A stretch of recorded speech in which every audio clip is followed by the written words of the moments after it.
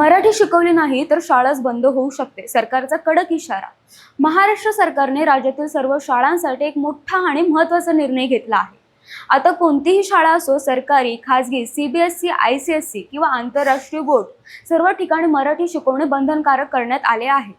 जर एखादी शाळा हा नियम पाळत नसेल तर त्या शाळेला सर्वप्रथम नोटीस दिली जाईल।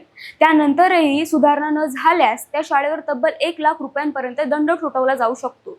इतकेच नाही तर वारंवार नियम मोडल्यास त्या शाळेची मान्यता किंवा एनओसी सुद्धा रद्द केली जाऊ शकते। या निर्णयाची अंमलबजावणी काटेकोरपणे करण्यासाठी शिक्षण विभागाकडून विशेष तपासणी मोहीम राबवली जाणार आहे। शैक्षणिक वर्ष सुरू झाल्यानंतर 2 महिन्यांच्या आत अधिकारी शाळेची तपासणी करतील आणि मराठी विषयासाठी पात्र शिक्षक आहेत का याचीही खात्री करतील। जर एखाद्या शाळेवर कारवाई झाली तर त्यांना 30 दिवसांच्या आत अपील करण्याची संधी दिली जाईल आणि त्यावर 2 महिन्यात अंतिम निर्णय घेतला जाईल। हा संपूर्ण निर्णय महाराष्ट्र अनिवार्य मराठी भाषा अध्यापन व अध्ययन अधिनियम 2020 प्रभावीपणे राबवण्यासाठी घेण्यात आला आहे, ज्यामुळे राज्यात मराठी भाषेचे संवर्धन आणि प्रसार अधिक मजबूत होणार आहे। तुमचं मत काय आहे या निर्णयावर कमेंटमध्ये नक्की सांगा।